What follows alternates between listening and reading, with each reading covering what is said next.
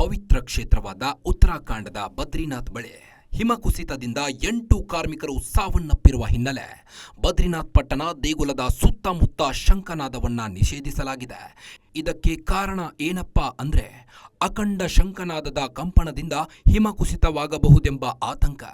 ಇದಕ್ಕೆ ಪುಷ್ಟಿ ನೀಡುವಂತೆ ಬದ್ರಿನಾಥ್ ದೇಗುಲದ ಮುಖ್ಯ ಅರ್ಚಕರಾಗಿರುವ ಚಂಡಿ ಪ್ರಸಾದ್ ಭಟ್ಟರು ಕೂಡ ಶಂಖನಾದ ಮಾಡಬೇಡಿ ಎಂದು ಭಕ್ತರಲ್ಲಿ ಮನವಿ ಮಾಡಿದ್ದಾರೆ. ಧಾರ್ಮಿಕ ಹಾಗೂ ವೈಜ್ಞಾನಿಕ ಹಿನ್ನೆಲೆಯನ್ನಿಟ್ಟುಕೊಂಡು ಬದ್ರಿನಾಥ್ ದೇವಾಲಯದಲ್ಲಿ ಶಂಖನಾದವನ್ನ ಸಂಪೂರ್ಣವಾಗಿ ನಿಷೇಧಿಸಲಾಗಿದೆ ಎಂದು ಅರ್ಚಕರು ಹೇಳಿದ್ದಾರೆ. ಶಂಖನಾದದಿಂದ ಹೊರಹೊಮ್ಮುವ ಕಂಪನ ಹಿಮಪಾತದಂತಹ ಘಟನೆಗಳಿಗೆ ಮೂಲವಾಗುತ್ತದೆಯಂತೆ. ಶಂಖನಾದವು ಸುತ್ತಮುತ್ತಲಿನ ಸ್ಥಳಗಳ ಮೇಲೆ ಪ್ರಭಾವ ಬೀರುವುದರಿಂದ ಹಿಮಪಾತವಾಗುತ್ತದೆ ಎಂದಿದ್ದಾರೆ. ಹಿರಿಯ ವಿಜ್ಞಾನಿಗಳು ಹೇಳುವಂತೆ ಬದ್ರಿನಾಥ್ ಪ್ರದೇಶವು ಪರಿಸರ ಸೂಕ್ಷ್ಮ ವಲಯವಾಗಿದ್ದು ಇಲ್ಲಿ ಮಾನವನ ಸಂಚಾರ ದಿನೇ ದಿನೇ ಹೆಚ್ಚಾಗ್ತಿದೆ. ಕಂಪನದ ಆತಂಕದಿಂದ ಶಂಖನಾದಕ್ಕೆ ನಿಷೇಧ ಹೇರಲಾಗಿದೆ. ಆದರೆ ಹೆಚ್ಚುತ್ತಿರುವ ಕಟ್ಟಡ ನಿರ್ಮಾಣ ಕಾಮಗಾರಿಯು ಕಂಪನ ಸೃಷ್ಟಿಸಿ ಹಿಮಪಾತಕ್ಕೆ ಕಾರಣವಾಗುತ್ತಿವೆ ಎಂದಿದ್ದಾರೆ.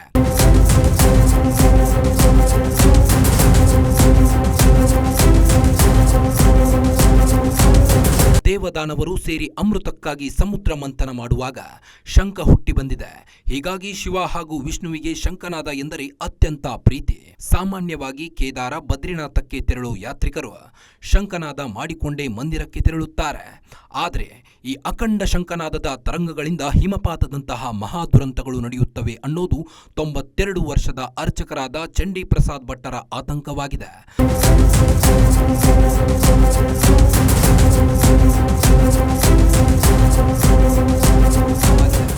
ಪದ್ಮವಿಭೂಷಣ, ಪದ್ಮಶ್ರೀ, ಗಾಂಧಿ ಶಾಂತಿ ಪ್ರಶಸ್ತಿ ಬದ್ರಿನಾಥ್ ದೇಗುಲದ ಮುಖ್ಯ ಅರ್ಚಕರು ಆದೇಶವನ್ನು ಈಗ ಬದ್ರಿನಾಥ್ ಮಂದಿರದಲ್ಲಿ ಪಾಲಿಸಲಾಗುತ್ತಿದ್ದು ಪೂಜೆಯ ವೇಳೆಯಲ್ಲೂ ಕೂಡ ಶಂಖನಾದ ಮಾಡುವಂತಿಲ್ಲ ಎಂದು ವರದಿಯಾಗಿದೆ. ಉತ್ತರಾಖಂಡದ ಬದ್ರಿನಾಥ ಕಣಿವೆಯಿಂದ ಮಣಾದವರೆಗೂ ಇರುವ ಪ್ರದೇಶ ತುಂಬಾ ಸೂಕ್ಷ್ಮ ಪ್ರದೇಶ ಎಂದು ಘೋಷಿಸಲಾಗಿದೆ.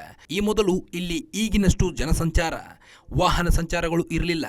ಮಂದಿರದಲ್ಲಿ ಶಂಖನಾದವನ್ನು ನಿಷೇಧ ಮಾಡಿದ್ದರ ಹಿಂದೆ ಶಂಖನಾದದಿಂದ ಹೊರಹೊಮ್ಮುವ ಶಬ್ದ ಹಿಮ ಪರ್ವತಗಳಲ್ಲಿ ಕಂಪನ ಸೃಷ್ಟಿಸುತ್ತವೆ ಅನ್ನೋದು ಈಗ ವಿಜ್ಞಾನಿಗಳು ಕೂಡ ಒಪ್ಪಿದ್ದಾರೆ.